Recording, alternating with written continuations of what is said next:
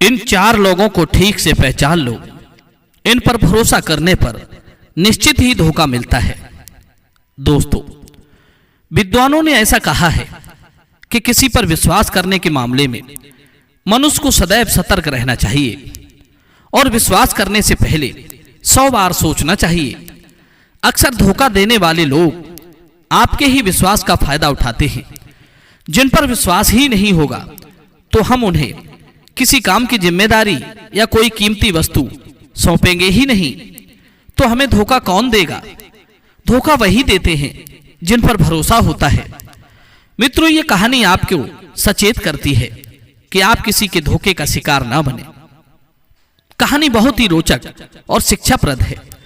कहानी को बीच में छोड़कर मत जाना। कहानी थोड़ी बड़ी हो सकती है, इसलिए कहानी को 2 या 3 बार में सुन सकते हो। तो चलिए जानते हैं उन 4 लोगों के बारे में जिन पर भरोसा करने पर हमें धोखा मिलता है। दर्शक बंधुओं, पुराने समय की बात है। सोवितपुर नगरी में राजा महेंद्र प्रताप राज करते थे। उनकी एक बड़ी ही नवयौवना और सुंदर पत्नी थी। नाम था शकुंतला। रानी शकुंतला अत्यंत रूपवती स्त्री थी। दोनों के बीच बड़ा गहरा प्रेम था। राजा महेंद्र प्रताप की प्रजा भी बड़ी खुशहाल थी। अभी बहुत ही अच्छे ढंग से वे अपने राज्य को चला रहे थे। धीरे धीरे समय गुजरता है। एक दिन की बात है, राजा रानी अपने आंगन में बैठे हुए थे। कुछ हंसी मजाक की बातें कर रहे थे। रानी के आंगन में एक पेड़ खड़ा था। उस पेड़ पर कहीं से एक तोता का जोड़ा आकर बैठ जाता है। अचानक उन पक्षियों पर राजा और रानी की नजर पड़ जाती है। पक्षियों का जोड़ा बड़ा सुंदर था। दोनों पक्षियों को देखकर राजा रानी से पूछते हैं, हे प्रिय रानी, क्या तुम बता सकती हो इन दोनों पक्षियों में दोनों नर हैं या मादा? राजा के इस प्रकार पूछने पर रानी कहने लगी, महाराज कैसी बातें करते हो?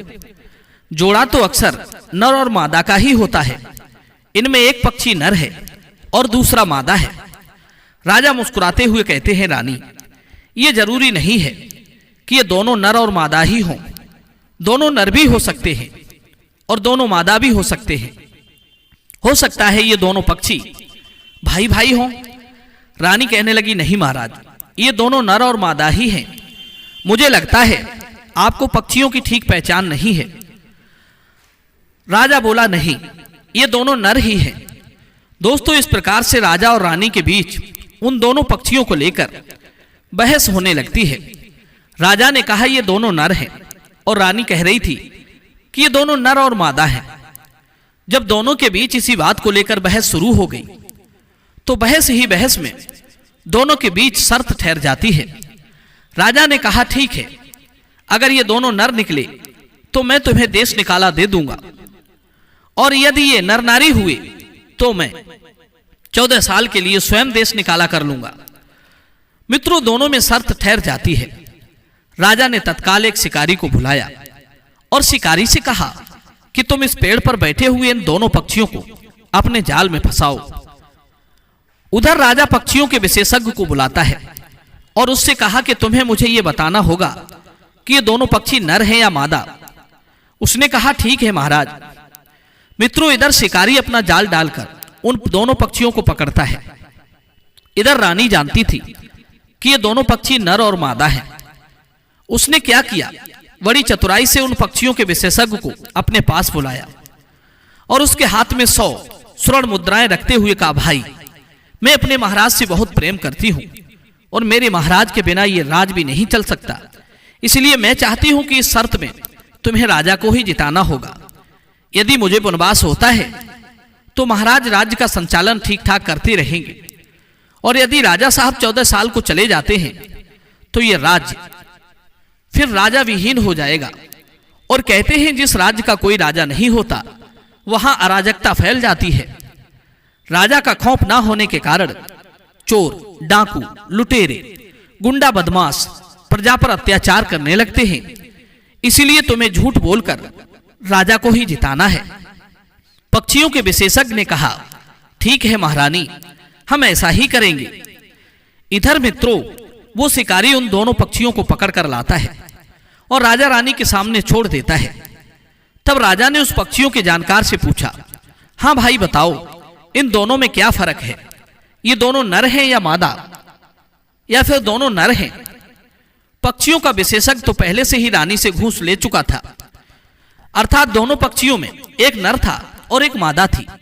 रानी के कहने के अनुसार अब उसे झूठ बोलना था, सो वो कहने लगा, महाराज ये दोनों पक्षी नर हैं।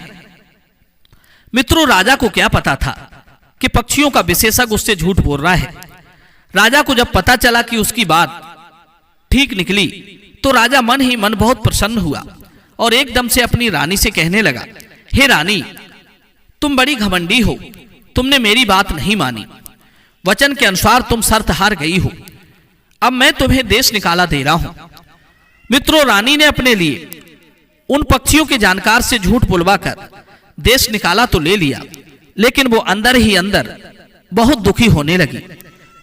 सोचने लगी, अब मुझे अपने महाराज से अलग होना पड़ेगा। रानी ने राजा से निवेदन किया कि महाराज आप मुझे देश निकाला मत दीजिए। महाराज इस समय मैं ठीक हालत में नहीं हूं, मेरे 3 माह का गर्भ है। तुम जानते हो मैं इस गर्भ को लेकर के कहां जाऊंगी। लेकिन राजा ने रानी की बात पर ध्यान नहीं दिया। राजा बहुत मूढ़ी स्वभाव का था। राजा कहने लगा, रानी अब तुम्हें शर्त के अनुसार ये देश छोड़कर जाना होगा। मित्रों, उस निर्दयी राजा ने फौरन 4 जल्लादों को बुलाया और उन्हें आदेश दिया कि तुम हमारी रानी को ले जाओ और हमारे राज्य से बाहर ले जाकर इसको जान से मार देना, क्योंकि हमारी रानी ने 2 नियमों का उल्लंघन किया है। पहले तो यह शर्त हार गई और दूसरी, इसने राज आज्ञा का उल्लंघन किया है। मित्रों, जल्लाद महारानी शकुंतला को लेकर चल देते हैं और चलते चलते राजा महेंद्र प्रताप के राज्य की सीमा से बाहर निकल जाते हैं और एक घने जंगल में जाकर के महारानी को मारने का विचार बनाते हैं। इधर महारानी शकुंतला मन में विचार करती हैं कि हे भगवान, अब मेरे प्राण कैसे बचेंगे? मैं किस तरीके से अपनी रक्षा कर पाऊंगी? मुझे इतनी शक्ति प्रदान करो। मित्रों, चारों जल्लाद महारानी शकुंतला को उस वन में ले जाकर खड़ा कर देते हैं और उनमें से एक जल्लाद कहने लगा, हे महारानी जी, राजा के आदेश अनुसार अब हम आपको मारेंगे, हमें क्षमा कर देना। तभी उनमें से एक दूसरा जल्लाद कहने लगा, क्या बोल रहा है भाई तू? हमने महारानी का नमक खाया है। इतने दिनों तक महारानी ने हमें पुत्र की तरह रखा है। क्या हम ऐसी महारानी को मार सकते हैं? हमने आज तक न जाने कितने लोगों को मौत के घाट उतारा है, कितने लोगों की मौत का पाप अपने सिर पर ले लिया है। आज एक पुण्य का कार्य किए देते हैं। तीसरा जल्लाद उसकी बात में हाँ मिला देता है। कहता है, भाई बात तो तुम्हारी ठीक है, रानी को मारकर हम बहुत बड़ा पाप करेंगे। क्यों ना हम महारानी को मारने की बजाय इसी वन में जीवित छोड़ देते हैं और किसी तरह से राजा साहब को समझा देंगे कि हमने रानी को मार दिया है। मित्रों, इस प्रकार चारों जल्लादों ने आपस में सलाह की और रानी को पूरी बात बताई।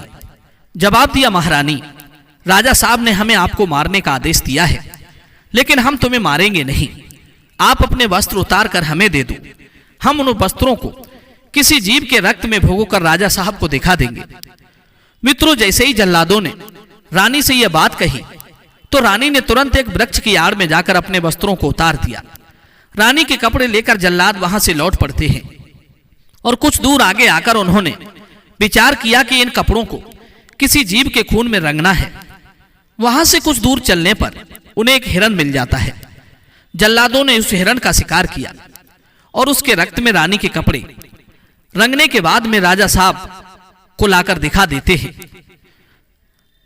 और उन्हें बता दिया कि जल्लादों ने उनकी रानी को मार दिया है।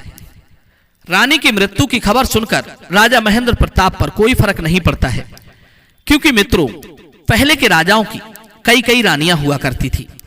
एक रानी की कम हो जाने पर उन्हें क्या फर्क पड़ता। इधर राजा तो अपने राजकाज में व्यस्त हो जाता है। अब उधर रानी के हाल सुनिए। बेचारी रानी गर्भावस्था में निर्वस्त्र झाड़ियों में छुप छुप कर अपना समय काट रही थी। भूख लगने पर वृक्षों के पत्ते और फल खा लिया करती थी। इसी तरह रानी के उस सुनसान जंगल में 10-12 दिन बीत जाते हैं। उस दुखियारी की जंगल में कोई देखभाल करने वाला नहीं था। पर कहते हैं, भगवान भी ऐसे लोगों को कुछ न कुछ मदद जरूर भेजता है। एक दिन की बात है, विजयनगर के महाराज समुद्रसेन शिकार खेलने के लिए वन में आते हैं। शिकार खेलते खेलते राजा समुद्रसेन उसी वन की ओर चले जाते हैं जिस वन में रानी शकुंतला रहती थी। रानी शकुंतला वृक्ष के नीचे बैठी हुई थी। बेचारी उस समय निर्वस्त्र अवस्था में थी। तभी अचानक से उसने घोड़े के हिनहिनाने की आवाज सुनी तो वो तुरंत घनी झाड़ियों के बीच जाकर छुप जाती है। उधर राजा समुद्रसेन को उन झाड़ियों के बीच कुछ आहट सुनाई देती है तो राजा ने सोचा कि जरूर इन घनी झाड़ियों में कोई मृग या सूकर होगा। महाराज ने अपने सामंतों से कहा कि इस झाड़ी को चारों ओर से घेर लो, इसके अंदर कोई शिकार मालूम पड़ता है। राजा के सैनिकों ने फौरन उन घनी झाड़ियों को चारों दिशाओं से घेर लिया। अपने चारों तरफ तीर तलवार लेकर खड़े सिपाहियों को देखकर रानी घबरा जाती है। रानी सोचती है कि आज तो ये मुझे शिकार समझकर मार डालेंगे। यही सोचकर रानी शकुंतला ने आवाज लगाई कि भाइयों, मैं आपका शिकार नहीं हूं। मैं एक दुखी लाचार स्त्री हूं। मुझ दुखिया को मारकर आपको क्या मिलेगा। मित्रों, जब एक स्त्री की आवाज राजा समुद्रसेन ने सुनी तो राजा बड़ा अचंभित होता है। राजा बोले, तुम कौन हो और यहां कहां से आई हो। तब रानी कहती है, भाइयों, मेरा इस दुनिया में कोई नहीं है, न मेरा कोई रिश्तेदार है, न कोई अपना सगा संबंधी। मैं तो इस वन में रहकर अपना समय काट रही हूं। मित्रों, राजा समुद्रसेन भी बड़े दयालु थे और बड़े अनुभवी। कहने लगे, कोई बात नहीं है, मैं तुम्हें अपनी धर्म की बहन बनाता हूं। इन लताओं से बाहर निकल कर आओ, मैं तुम्हें अपने घर ले चलूंगा। समझो आज से तुम्हारे दुखों का अंत हो गया है। मित्रों, महारानी शकुंतला ये बात सुनकर कहने लगी, हे भाई, ठीक है, तुमने मुझे धर्म की बहन बना लिया, लेकिन मैं इन लताओं से बाहर नहीं निकल सकती। राजा बोले, क्यों, क्या कारण है। जवाब दिया, मैं इस समय निर्वस्त्र अवस्था में हूं। तब राजा समुद्रसेन ने विचार किया और जिस पटुके को वे गले में डाले थे उसे झाड़ियों के बीच फेंक दिया और कहा, बहन, तुम इसे आधा पहन लो और आधा ओढ़कर बाहर आ जाओ।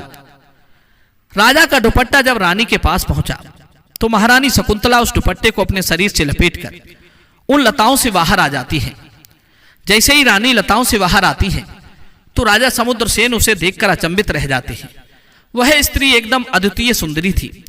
उसका चेहरा चंद्रमा के समान दमक रहा था।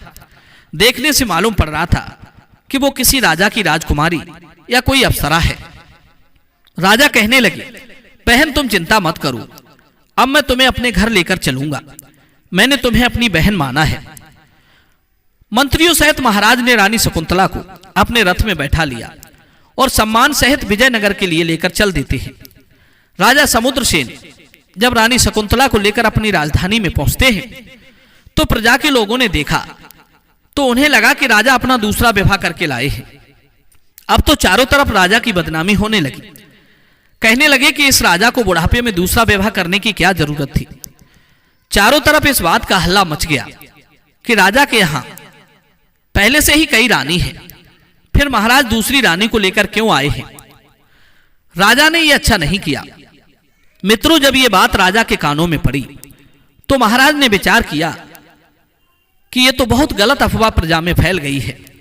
राजा ने तुरंत दरबार में एक सभा लगाई और कहा कि आप लोग जैसा सोच रहे हैं वैसी कोई बात नहीं है। मैं आखेट के लिए गया था, वहां मुझे एक दुखी लाचार अबला मिली जिसका ना कोई आश्रय था ना कोई सगा संबंधी। तो हमने उसे अपनी धर्म की बहन बना लिया और उसे अपने राजमहलों में ले आए। अब बताओ, क्या मैंने कोई काम गलत किया है। मित्रों, यह सुनकर के राजा की दरबार में खूब प्रशंसा होती है और प्रजा में भी उनकी खूब बड़ाई होती है। इस प्रकार रानी शकुंतला महाराज समुद्रसेन की बहन बनकर उनके राजमहलों में रहने लगती हैं। धीरे समय गुजरता गया। इधर रानी शकुंतला के प्रसव काल का समय निकट आ गया। एक दिन महारानी शकुंतला के गर्भ से एक परम सुंदर तेजस्वी बालक जन्म लेता है। बालक के जन्म होने पर राजा समुद्रसेन बहुत प्रसन्न होते हैं। कहने लगे, आज मेरे यहाँ मेरे भांजे का जन्म हुआ है। इस खुशी में राजा समुद्रसेन ने पूरे नगर को दावत दी। बालक जब 7 दिन का हुआ तो उसका नामकरण कराने के लिए राजा ने एक से एक बड़े विद्वान ज्योतिषी को अपने आंगन में बुलाया।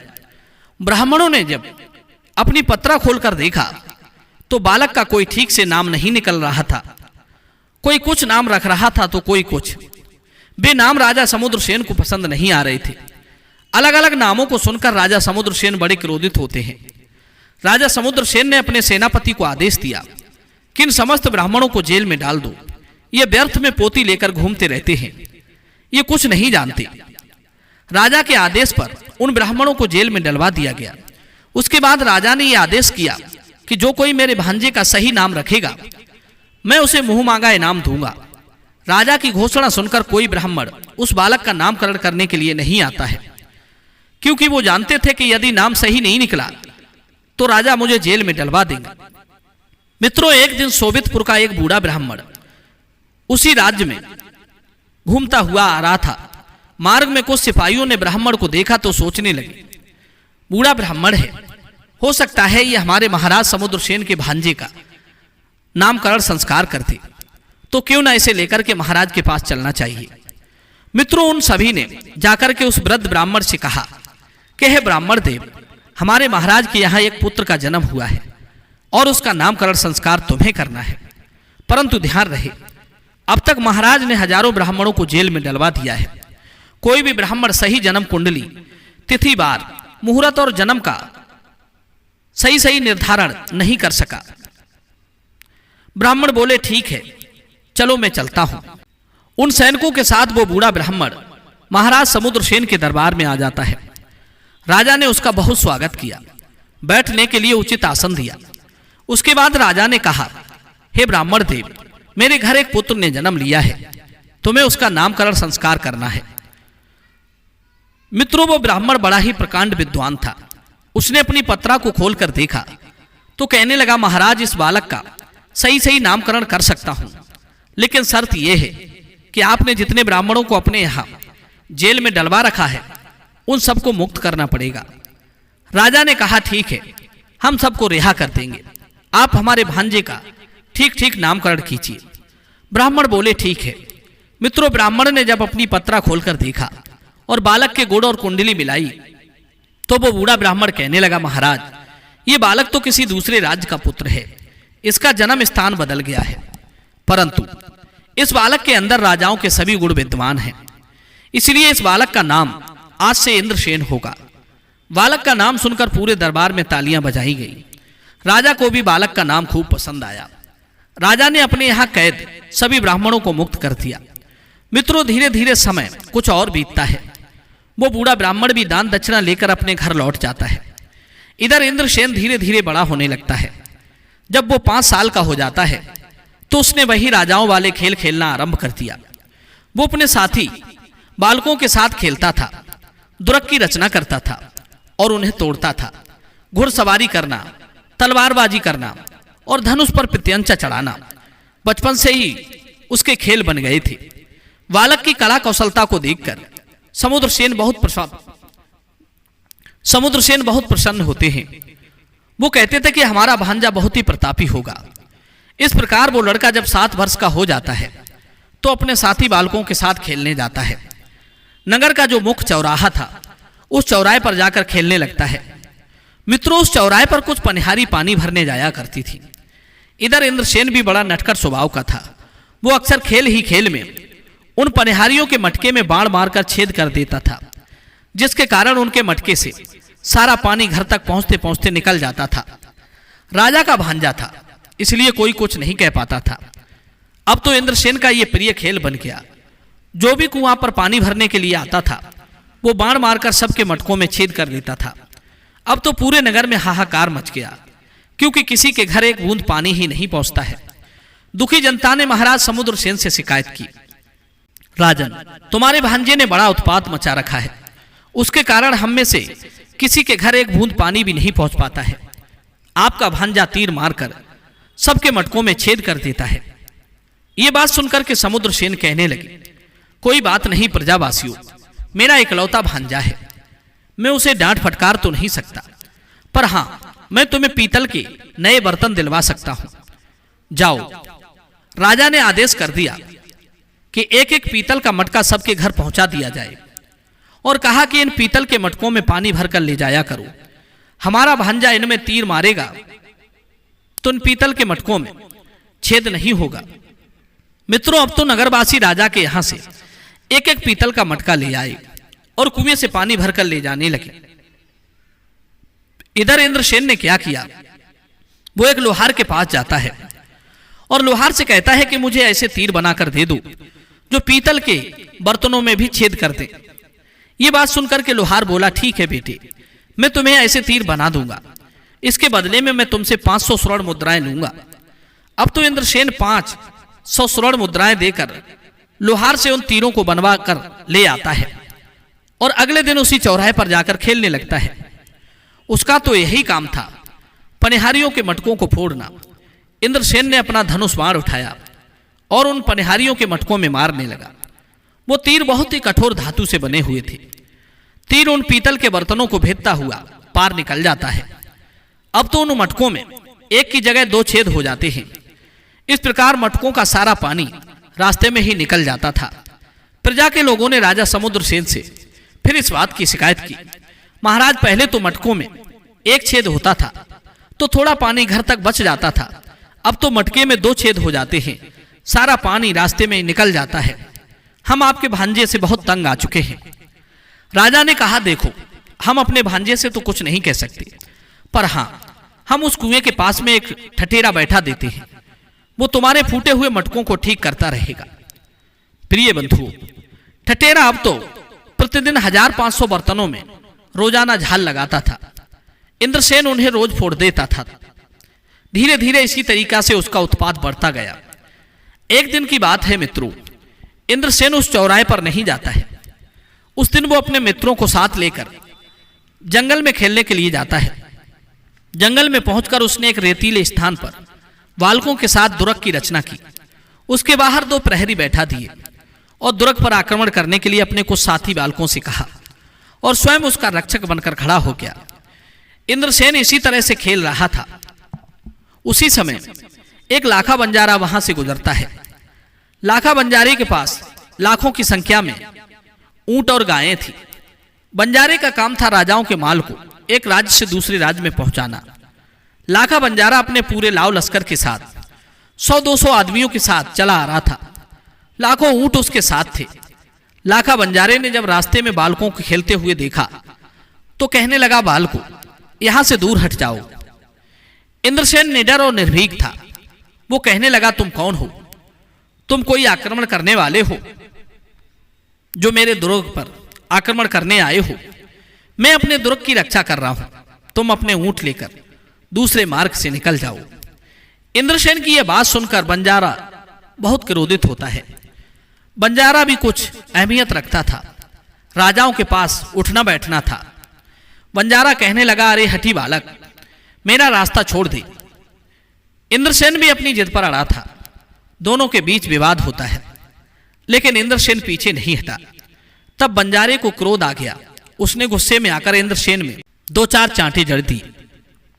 बंजारे के चांटे खाकर इंद्रसेन रोता हुआ अपने घर आ जाता है और अपने मामा राजा समुद्रसेन से कहता है कि मामा जी, आज मैं जंगल में खेलने गया था। वहां एक बंजारा आया जो अपने आप को लाखा बंजारा कह रहा था।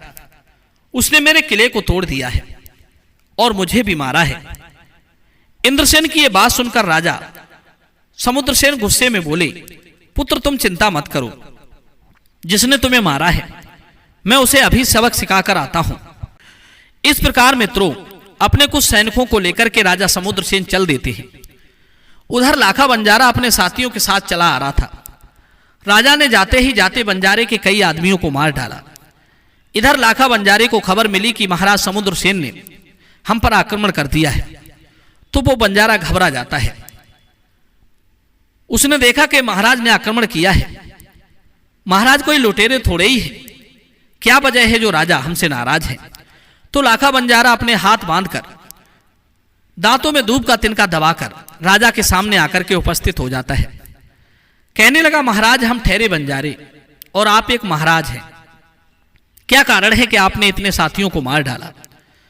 राजा बोले, हे लाखा बंजारे, मैं तुझे छोड़ूंगा नहीं। बंजारा बोला, महाराज, मेरा कसूर क्या है?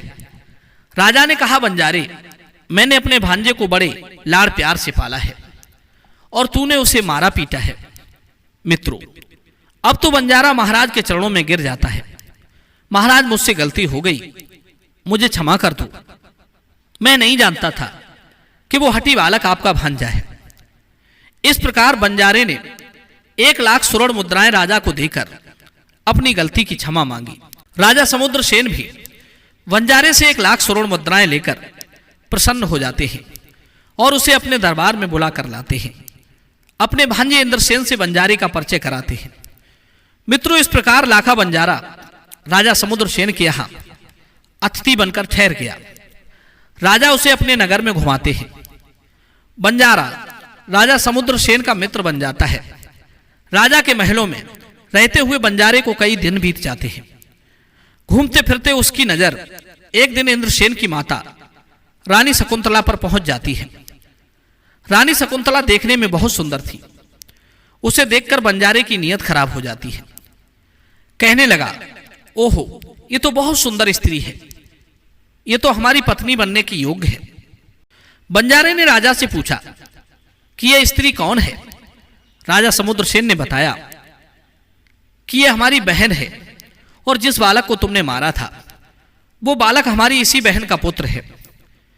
बंजारा बोला, तब तो हमें तुम्हारी बहन से मिलकर उनसे ही माफी मांगनी चाहिए।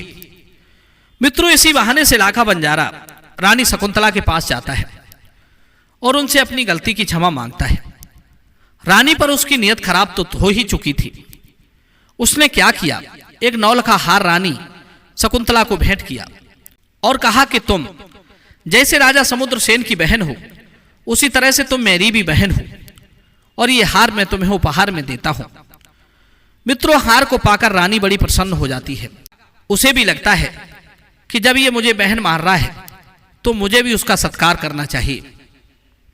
इसलिए रानी शकुंतला ने अपने महल में उसे भोजन कराया। लाखा बंजारे को रहते रहते राजा समुद्रसेन के यहाँ जब काफी समय बीत जाता है तो एक दिन लाखा बंजारा राजा से कहता है, हे राजन, तुम्हारी बहन को मैं अपनी बहन मानता हूं। हे राजन, ये बहन काफी समय से आपके पास रह रही है। यदि आपकी अनुमति हो तो मैं इस बहन को और मेरे भांजे को दोनों को कुछ समय के लिए अपने नगर दिखाना चाहता हूं।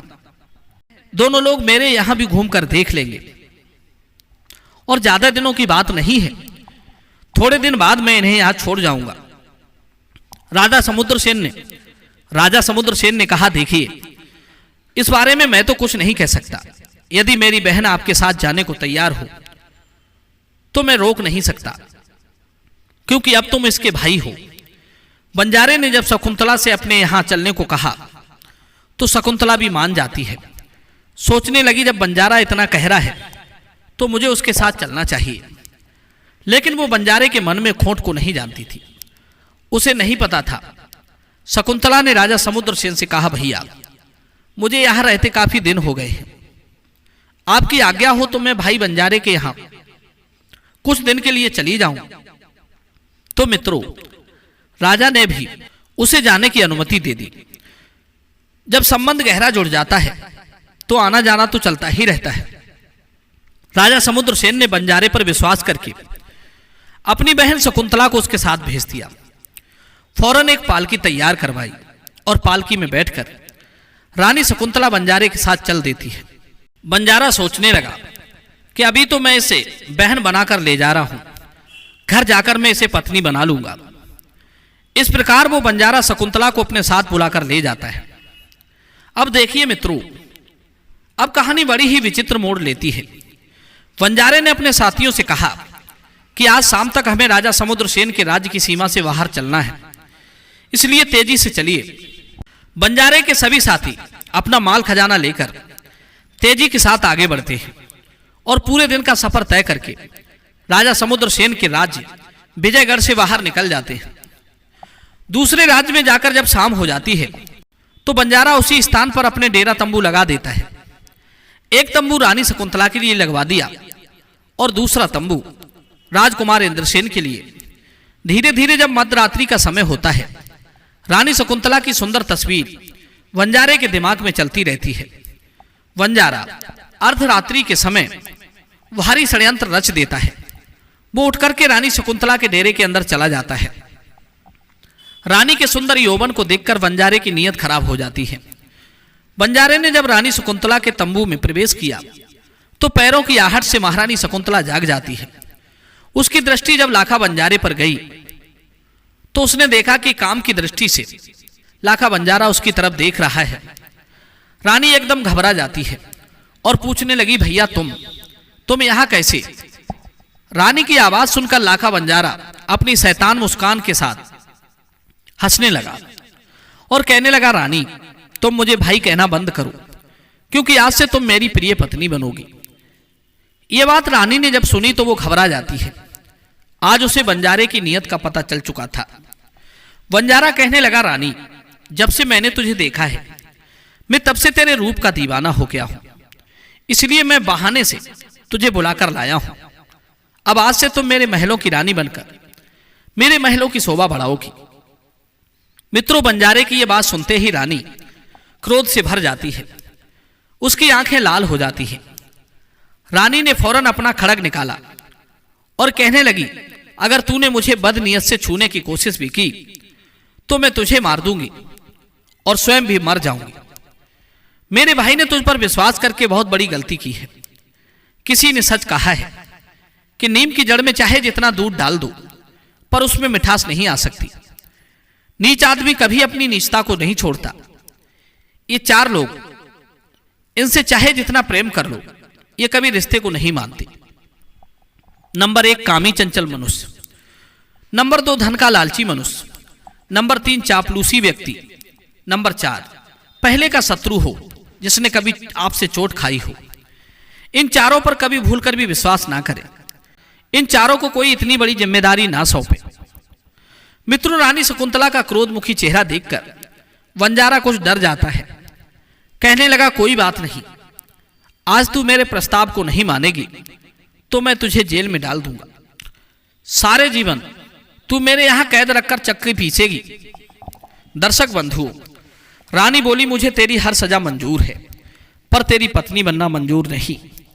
इस प्रकार दोनों में कुछ देर तक वाद विवाद होता रहता है।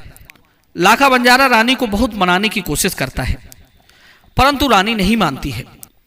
मित्रों, इधर जब सवेरा होता है तो लाखा बंजारा क्रोधित अवस्था में अपने तंबू की तरफ आ जाता है और वहां आकर के लाखा बंजारे ने अपने प्रधान नौकर को आदेश दिया कि यहां से समस्त लश्कर के साथ आगे बढ़ा जाए। दर्शक बंधुओं, एक दिन पूरा सफर करने के बाद बंजारा अपने गांव में पहुंच जाता है। बंजारा बहुत बड़ा पैसे वाला था, धन दौलत से काफी समृद्ध था। उसका महल भी राजाओं से कम नहीं था। बंजारे ने रानी को जहां कैदी रहते थे उन्हीं कैदियों के साथ जेल में डाल दिया और उसे बहुत कठोर काम करवाने लगा। इधर उसके पुत्र इंद्रसेन पर भी कठोर से कठोर काम लेता था। उससे अपनी गाय चरवाता था। इंद्रसेन 14 बरस का हो गया था। उसे लाखा बंजारे पर बहुत क्रोध आता है। सोचने लगा कि मैं इस बंजारे को इसी क्षण मार डालूं। मित्रों, इधर बंजारा भी मन में विचार कर रहा था कि क्यों ना मैं इस रानी के बेटे इंद्र को ही रास्ते से हटा दूं। ये बड़ा होकर के मेरे लिए बहुत बड़ा संकट बन सकता है। ऐसा सोचकर बंजारे ने इंद्रसेन को अपने पास बुलाया और कहा कि पुत्र, आज हमारे साथ तुम्हें भोजन करना होगा। आज मैं तुम्हें अपने हाथों से स्वादिष्ट भोजन कराऊंगा। इंद्रसेन ने मन में सोचा कि आज तो बंजारा मुझ पर बहुत प्रसन्न है, लेकिन वो उसके मन की चालाकी नहीं जानता था। बंजारे ने क्या किया, भोजन में जहर मिला दिया और इंद्रसेन को खिला दिया। जहर युक्त भोजन करने के बाद इंद्रसेन बेहोश हो जाता है। बंजारे ने उसके हाथ पैरों पर और मुंह पर कपड़ा लपेटा और एक घोड़े पर रखकर उसे जंगल में ले जाता है। जंगल में एक खंडर था। उस खंडर के पास में एक कुआं था। कुएं में पानी भरा था। बंजारे ने इंद्रसेन को बेहोश हालत में उसी कुएं में डाल दिया। जहर के खाने से इंद्रसेन की मृत्यु हो चुकी थी। उसका मरा हुआ शरीर पानी के अंदर गहराई में चला जाता है। इंद्रसेन को रास्ते से हटाकर बंजारा बहुत खुश होता है। सोचता है कि अब तो रास्ते का कांटा निकल ही गया। अब एक ना एक दिन रानी मुझे स्वीकार कर ही लेगी। इधर बंजारे ने अपनी नौकर से कहा कि रानी शकुंतला को पूरे दिन चक्की चलाने का हुक्म दे दो। मित्रों, बंजारा रानी पर बहुत अत्याचार करता था। बेचारी पूरे दिन आटा पीसती रहती थी। बेचारी की बहुत ही दयनीय अवस्था हो चुकी थी। उधर इंद्रसेन की लाश जब पानी के अंदर जाती है तो आपको बता दूं कि उस कुएं में एक बड़ा ही सुंदर महल बना हुआ था। उस महल के अंदर एक इच्छाधारी नाग रहता था। इच्छाधारी नाग अपनी बेटी के साथ उस महल में रहता था। उसकी एक परम सुंदर अनुपम सौंदर्य वाली पुत्री थी जिसका नाम था कमलेश्वरी। एक दिन वो नाग कन्या घूमने के लिए निकलती है।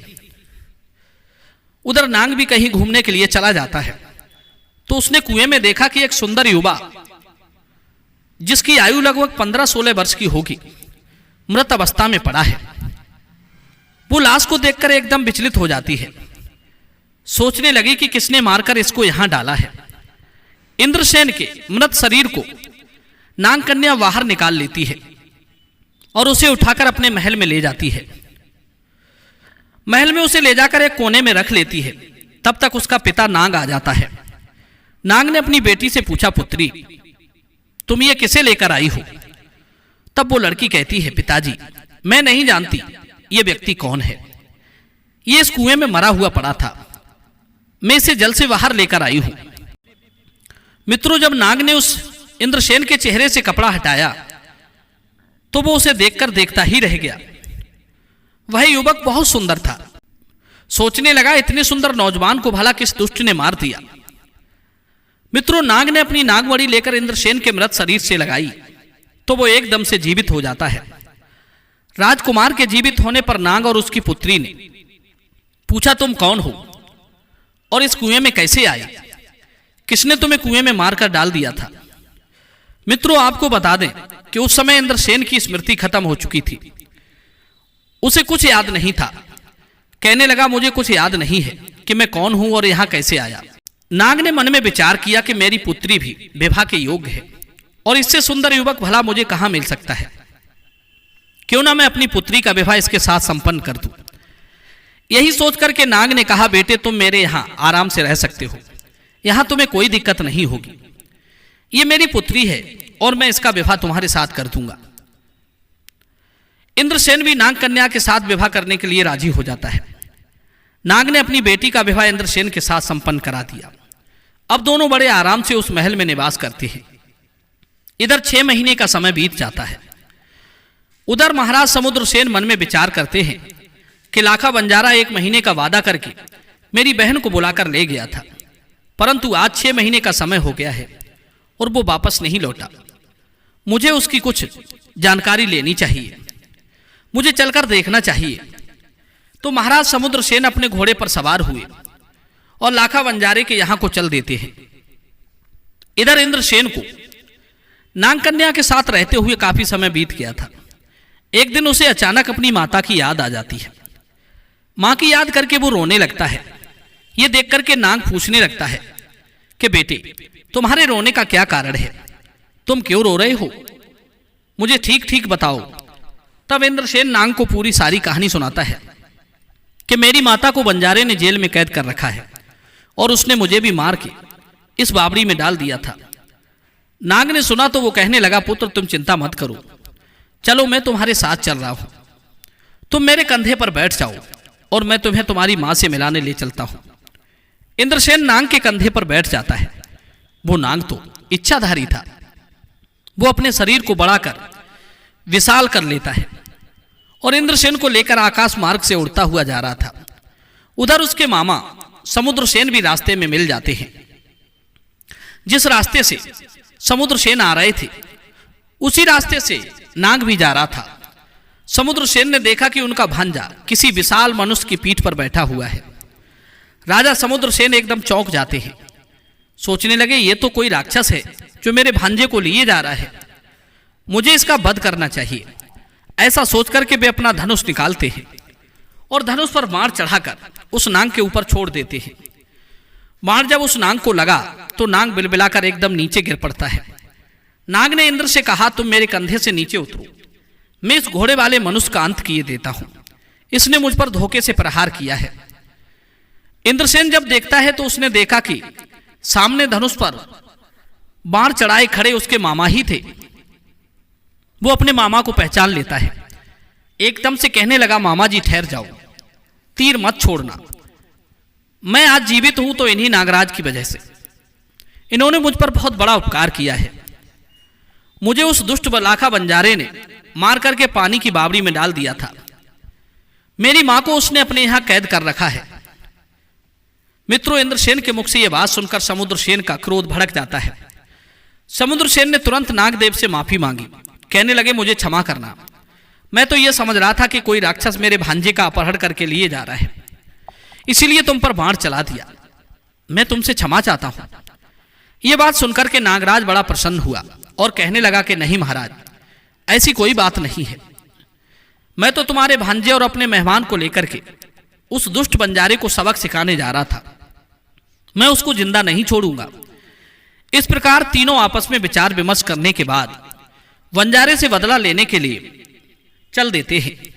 उधर मित्रों, राजा महेंद्र प्रताप ने सोचा, जो रानी शकुंतला के पति थे, कि मैं अपनी रानी को देश निकाला दे दिया है, उसके बाद मेरी अन्य किसी रानी से कोई संतान पैदा नहीं हुई, मेरा तो अब वंश ही खत्म हो जाएगा। उसी दिन राजा महेंद्र प्रताप उसी लाखा बंजारे के पास आते हैं, क्योंकि लाखा बंजारे का सभी राजाओं के पास उठना बैठना था। उसका स्वयं का भी राजाओं जैसा किला था।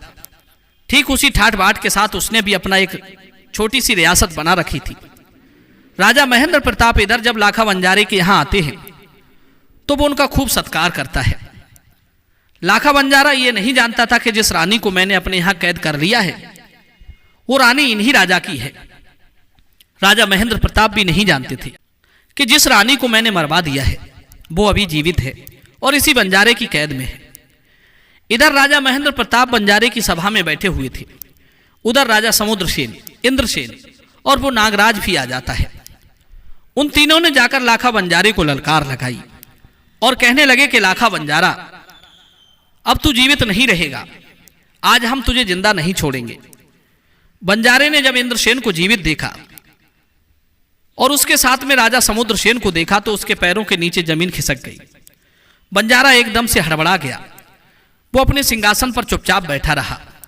इतने में महाराज महेंद्र प्रताप बीच में बोल पड़े।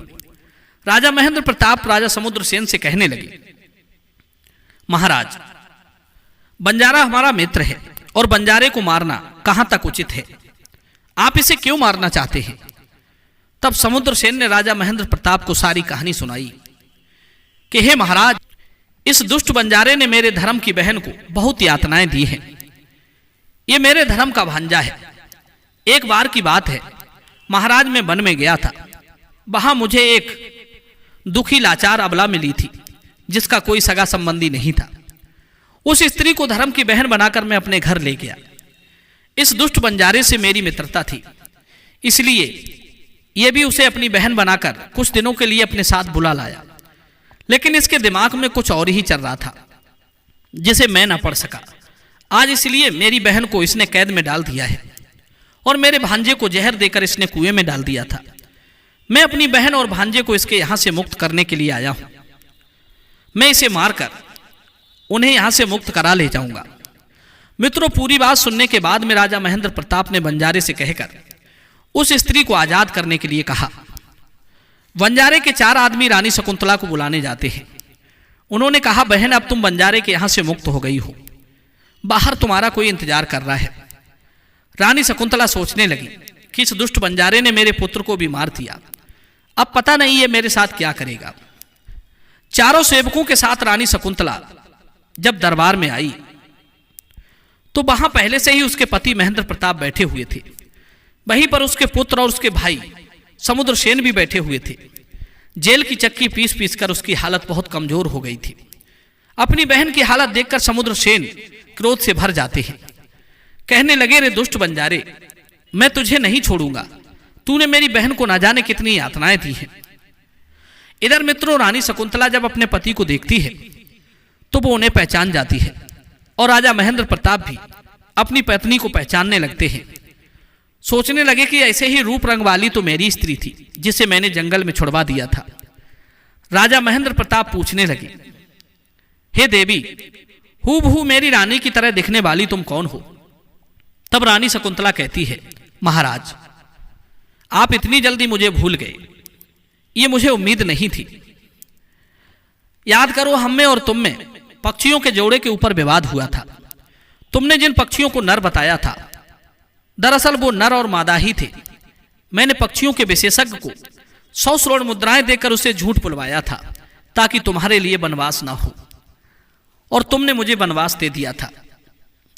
परंतु जल्लादों ने मुझे मारा नहीं, मुझे जीवित छोड़ दिया, और ये मेरे धर्म के भाई समुद्रसेन मुझे सम्मान सहित अपने घर बुला ले गए। वहां मेरी कोख से एक पुत्र ने जन्म लिया। जब मैं वन को आई थी तो मेरे उदर में 6 मास का गर्भ था। मित्रों, राजा महेंद्र प्रताप अपनी रानी की बंजारे के यहां इस हालत में देखते हैं तो उनका भी खून खौल जाता है। वे तलवार लेकर बंजारे को मारने के लिए दौड़ते हैं। तभी रानी शकुंतला बंजारे को जीवित छोड़ने का निवेदन करती है। कहती है, महाराज इसे मत मारो, इसका कोई दोष नहीं है। समय तो सब मेरा खराब था, इसलिए मुझे इतने दुख भोगने पड़े।